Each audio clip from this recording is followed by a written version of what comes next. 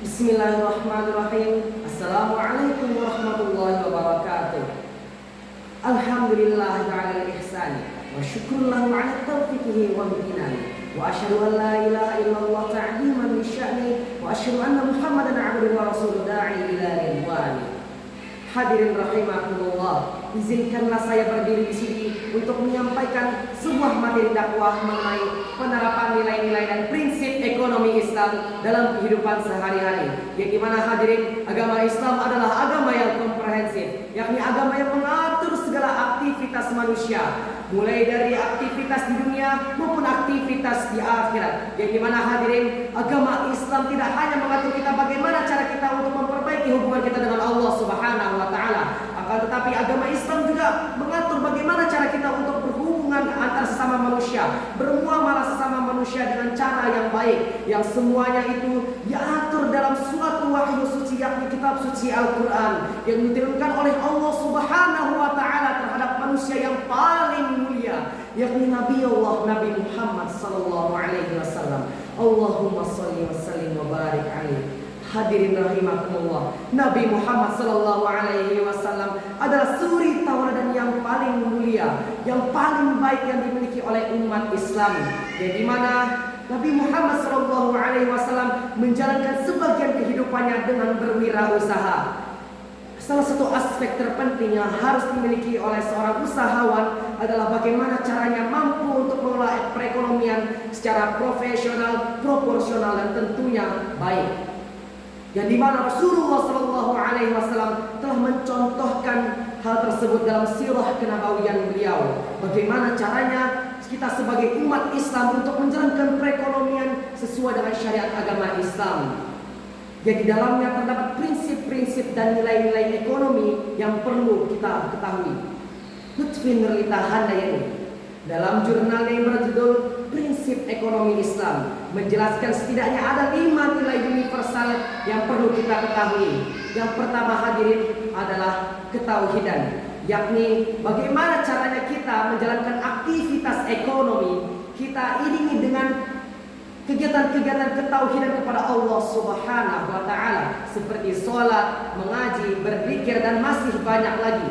Kemudian kegiatan ekonomi kita ikhlaskan karena Allah Subhanahu wa taala agar menjadi sebuah kegiatan ekonomi yang diberkahi dan mampu untuk dipertanggungjawabkan. Allah Subhanahu wa taala berfirman dalam Quran surah Al-Bayyinah ayat 5, A'udzu billahi minasyaitonir rajim. Bismillahirrahmanirrahim. Wa ma umiru illa liya'budullaha mukhlishina lahuddin. Dan tidaklah mereka diperintahkan kecuali untuk menyembah kepada Allah Subhanahu wa taala dengan keikhlasan dalam menjalankan agamanya. Hadirin, nilai yang kedua atau aspek yang kedua adalah aspek adil, yakni titah Allah Subhanahu wa taala kepada manusia agar manusia selalu bersikap adil antar sesama. Sikap adil ini kita implementasikan dalam kegiatan aktivitas ekonomi kita sehingga tidak ada pihak-pihak yang terzalimi. Allah Subhanahu wa taala berfirman, "Wala ta'kulu amwalakum bainakum bil batil." Dan janganlah sebagian di antara kamu memakan sebagian harta milik orang lain dengan jalan kebatilan. Hadirin, aspek atau nilai yang ketiga adalah nubuwah, yakni bagaimana cara kita menjadikan Rasulullah Shallallahu Alaihi Wasallam sebagai suri tauladan dalam aktivitas ekonomi kita. Allah Subhanahu Wa Taala berfirman, "Laqad kana lakum fi Rasulillahi uswatun hasanah." Sesungguhnya telah ada pada diri Rasulullah Shallallahu Alaihi Wasallam suri tauladan yang baik bagimu. Kemudian hadirin, prinsip atau nilai yang keempat adalah prinsip khilafah, yakni pemimpin yang adil, yang dimana agama Islam mewajibkan bagi seorang pemimpin untuk memantau aktivitas ekonomi dalam kenegaraannya sehingga tidak terjadi penimbunan ekonomi. Rasulullah Shallallahu Alaihi Wasallam bersabda, "Kullukum ra'in wa kullukum mas'ulun an ra'iyatikum." Setiap dari kalian adalah pemimpin, dan setiap pemimpin akan diminta pertanggungjawaban atas kepemimpinannya.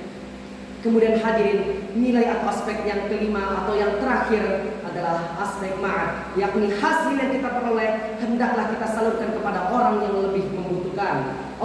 Rasulullah Shallallahu Alaihi Wasallam bersabda, "Innallaha la yanzuru ila suwarikum wa amwalikum, walakin yanzuru ila qulubikum wa a'malikum. Sesungguhnya Allah Subhanahu wa taala tidak melihat dari rupa kalian dan dari harta kalian, akan tapi Allah Subhanahu wa taala melihat dari hati kalian dan amal perbuatan kalian.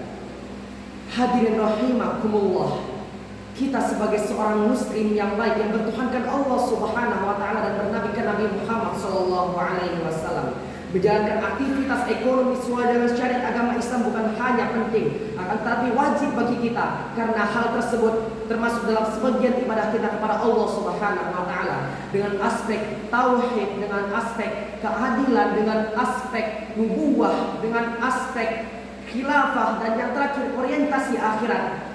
Saya yakin kita tidak hanya akan mendapatkan keuntungan di dunia, akan tapi kita juga mendapatkan keuntungan dan pahala di akhirat kelak. Amin amin ya rabbal alamin. Mungkin hanya sekian yang dapat saya sampaikan, kurang dan lebihnya mohon dimaafkan. Al-haqqu min rabbikum wal khilafatu min nafsi. Syukran jazakumullah khairan katsiran wa barakallahu fikum jami'an. Assalamualaikum warahmatullahi wabarakatuh.